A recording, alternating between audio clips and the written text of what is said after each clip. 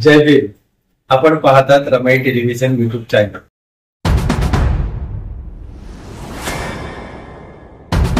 मित्रांनो, आपण आपल्या आयुष्यामध्ये अनेकदा इयत्ता 10वी 12वी पदवीधर पदव्युत्तर या विद्यार्थ्यांच्या निरोप समारंभाचे कार्यक्रम आपण अनेकदा पाहिलेले आहेत.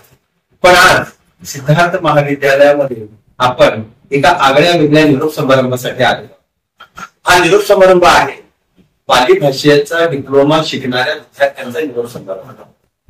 या निरोप समारंभात आपण चर्चा करणार आहोत पाली भाषा शिकणाऱ्या विद्यार्थ्यांसोबत. या विद्यार्थ्यांना पाली भाषा का शिकायला वाटते, पाली भाषा शिकताना त्यांचे अनुभव काय होते, पाली भाषा शिकवणाऱ्या शिक्षकांसोबत विद्यार्थी कशा पद्धतीने जोडले गेले, विद्यार्थ्यांचे शिक्षकांविषयीचे काय अनुभव होते, आणि पाली भाषा शिकल्यानंतर पाली भाषेचा डिप्लोमा शिकल्यानंतर आम्ही शिक्षित झालेले पाली भाषा शिकलेली मुलं विद्यार्थी आम्ही समाजात जाऊन काय करणार आहोत, हे सगळं यथासांग चर्चा आपण आज त्याच्याकडे करणार आहोत.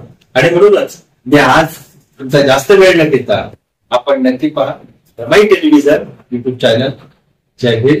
नमो नमो बुद्धाय. जय भीम. मी वंदना अनिल पवार. पाली भाषा शिकण्याची इच्छा कशी झाली तर लहानपणापासून आपण घरामध्ये बुद्ध वंदना म्हणतो, पण त्या बुद्ध वंदनेचा अर्थ काय आहे हे मी शोधत होते, पण कोणी मार्गदर्शन करण्यासाठी मिळालंच नाही आणि भेटलं सुद्धा नाही की ह्याचा अर्थ हा प्रकारे आहे. पण नंतर मग काही कालांतराने आमच्या एक महिला संघटना झाली. त्या महिला संघटनेमध्ये आम्ही महिला दिन साजरा करत होतो सावित्रीबाई फुले जयंतीच्या मान्यतेने. सावित्री फुले जयंती करत होतो त्यावेळेस आम्ही सर्व महामाया, सावित्रीबाई फुले, रमाई, आपली भीमाई आणि फातिमा ह्या असं 5 महिलांचा आम्ही महिला दिन साजरा करायचो 3 जानेवारीला. सावित्रीबाई फुले यांच्या दिवशी महिला दिन आम्ही साजरा करायचो. आणि त्या महिला दिन करता करता आम्हाला एक आमच्या महिला संघटनेने आम्हाला भारतीय बौद्ध महासभेचं पुस्तक दिलं बुद्ध वंदनेचं, आणि त्याच्यामध्ये एका साईडला गाथा आणि एका साईडला त्याचा अर्थ, आणि ते पुस्तक वाचून मला ते अर्थ समजले. अर्थ समजल्यानंतर माझी जिज्ञासा वाढली की आपण इथे पाली भाषेला ऍडमिशन घेतलं पाहिजे. त्याच्या अगोदर मी एक बौद्धचार्याचा कोर्स केला. बौद्धजन पंचायत समितीमधून मी बौद्धचार्य आहे, मला सनद मिळालेला आहे. आणि नंतर मी पाली भाषेला ऍडमिशन घेतल्यानंतर मला ते सगळ्या गाथांचे अर्थ पण कळाले, आणि पाली भाषा बुद्धांची लँग्वेज होती आणि ती आता आपल्याला पण येते थोडीफार का होईना, त्यामुळे खूप समाधान वाटतं. जय भीम. मी श्रीपती ढोले. खरं म्हणजे पाली भाषा शिकण्याचा माझा जो हेतू आहे तो वेगळा आहे. कारण भगवान बुद्धाला एकाने प्रश्न विचारला होता की बाबा तुम्ही दिलेला धम्म हा तर जगण्याचा मार्ग आहे, हा किती वर्ष टिकणार आहे. तर भगवान बुद्ध म्हणाले होते की माझ्या धम्मामध्ये जर स्त्रियांना दीक्षा दिली गेली नाही तर तो 1000 वर्ष टिकेल, आणि स्त्रियांना दीक्षा दिली तर 500 वर्ष टिकेल.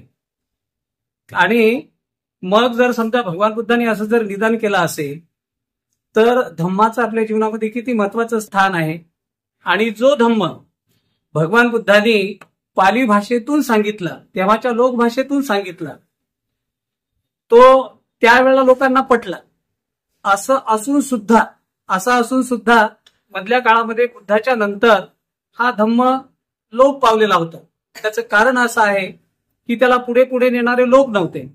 आणि आता मग या वेळेला आपण जेव्हा पाली शिकतो आहोत, आता आम्हाला असा अनुभव येतो की आम्ही जे ऐकतो धम्माच्या बाबतीत बाहेरून, मुळात भगवान बुद्धाची मूळ वचनं कोणती हाच पहिल्यांदा प्रश्न असतो. मग भगवान बुद्धाची मूळ वचनं जर समजा एकदा सर्टिफाय झाली तर नेमका त्याचा अर्थ काय हे माहिती नसतं. आणि मग अनेक वेळा आपल्या कानावर जे येतं प्रवचनाच्या नावाखाली, त्यावेळेला अनेक वेळा चुकीचे अर्थही लावले जातात. आणि म्हणून मला असं वाटलं की आपण खरोखरच पाली भाषा जर मुळातून शिकली तर भगवान बुद्धाची मुळातली शिकवण काय ती आपल्याला कळेल. आणि बाबासाहेबांचे अनुयायी म्हणून आपलं पहिलं कर्तव्य आहे की भगवान बुद्धांनी दिलेला धम्म बाबासाहेबांनी आपल्याला दिला, आणि बाबासाहेबांचे अनुयायी म्हणून आपण ते टिकवणं आपलं कर्तव्य आहे. आणि ते टिकवावं, ते टिकवण्यासाठी आपल्याला त्याच्यातलं काही कळावं म्हणून मुद्दाम या ठिकाणी मी ऍडमिशन घेतलं. खरं म्हणजे मी बाबासाहेबांच्या पीपल्स एज्युकेशन सोसायटी मधला शिक्षक आहे पहिला. नमोबुद्धाय जय भीम. माझं नाव प्रशांत तांबे. मी याच कॉलेजचा विद्यार्थी आहे सायन्सचा, आणि याच लॅबमध्ये मी खूप वेळा प्रशिक्षण घेतलेलं आहे, एक्सपेरिमेंट केलेले आहे. आज मला फार बरं वाटतंय. काही काळानंतर म्हणजे कमीत कमी एक 15-20 वर्षानंतर मी पुन्हा इथे आलो आणि आता पालीचे क्लासेस म्हणजे डिप्लोमा इन पाली इथे करतोय मी. आपला जो प्रश्न होता की काय अनुभव आले, तर असं आहे की ज्यावेळेस मी या वर्गात आलो, मी मोहिते सरांना म्हणजे फोन करत होतो, पण माझं काही कॉन्टॅक्ट होत नव्हतं त्यांना. पण कसं तरी मी त्यांना अप्रोच केला आणि पार्टिसिपेशन केलं. पण त्यांची जी शिकवण आहे ती फार सुरेख आहे आणि साध्या सोप्या शब्दात त्यांनी ते आम्हाला शिकवतात. त्याच्याबरोबर चांगले लाईव्ह एक्झाम्पल्सही देतात. त्याबरोबर आमचे विनोद ढेले सर हेही चांगले एक्झाम्पल देऊन आम्हाला या वर्गामध्ये शिकवतात. दोघंही व्याकरण आणि पोएट्री आणि प्रोज या सगळ्या गोष्टी ज्या आहेत त्या फार चांगल्या पद्धतीने आम्हाला शिकवतात, जेणेकरून आम्हाला पुढचं जे पालीचं म्हणजे आम्हीही पुढे पाली शिकू शकतो असं मला वाटतं आणि ते मी करणारच आहे. ऍक्च्युली ज्यावेळेस आपण बुद्धवंदना वगैरे आपण घरी घेतो किंवा एखाद्या कार्यक्रमामध्ये गाथा असतात, त्यावेळेस मुलगा मला सारखा माझा मुलगा 12 वर्षाचा आहे, तो मला विचारायचा याचा अर्थ काय. त्यावेळेस माझं ज्ञान तिथे तोकडं पडायचं. प्रत्येक गोष्टींचा मी आपल्या बुद्धवंदनेचा अर्थ सांगू शकत होते. इतर ज्या गाथा आहेत त्याचा अर्थ मला सांगता येत नव्हता, तेव्हा माझं ज्ञान खूप तोकडं पडत होतं. मग मी असं कोर्स बघतच होते. मग थँक्स टू सपकाळ सर, त्यांच्यामुळे मला कळालं इथे आपला डिप्लोमा आहे पाली भाषेचा. मग मी इथे आले पाली भाषेत. ज्यावेळेस इथे आले त्यावेळेस सरांचे लेक्चर्स ऐकून असं कळलं की धम्माच्या बाबतीत धम्म फार विशाल आहे, ज्ञान पण फार विशाल आहे. त्यातलं मी एक थेंब सुद्धा नाही माझ्याकडे. जे नॉलेज आहे जे आम्हाला मिळत गेलं, आणि सरांनी मोहिते सर असतील, भेले सर असतील, त्यांनी एवढी मोठी थाळी आमच्या समोर वाढून ठेवली धम्माची. म्हणजे काय ग्रहण करायचं काय नाही तेच कळत नव्हतं. मग त्यातून पण आम्ही एक एक गोष्टी शिकत गेलो. धम्माच्या बाबतीत नवनवीन ज्ञान आम्हाला मिळत गेलं. प्रत्येक गोष्टीतलं सखोल ज्ञान, प्रत्येक म्हणजे एक शब्द आला, तो शब्दाची उत्पत्ती कशी झाली पाली भाषेत किंवा त्याच्या मागचं कारण काय, या प्रत्येक गोष्टी सर आम्हाला शिकवत गेले. त्याचा खूप फायदा झाला. मग त्याचंच इम्प्लिमेंटेशन मी घरी केलं. घरी जाऊन मुलगा विचारायचा आज काय शिकवलं, आज काय नवीन घेतलं, त्याला ते सांगणं, त्याला पण ऐकण्यात इंटरेस्ट झाला, मलाही ते सांगू वाटलं. मग इकडून ऐकायचं आणि तिकडे सांगायचं, असं चालू झालं माझं.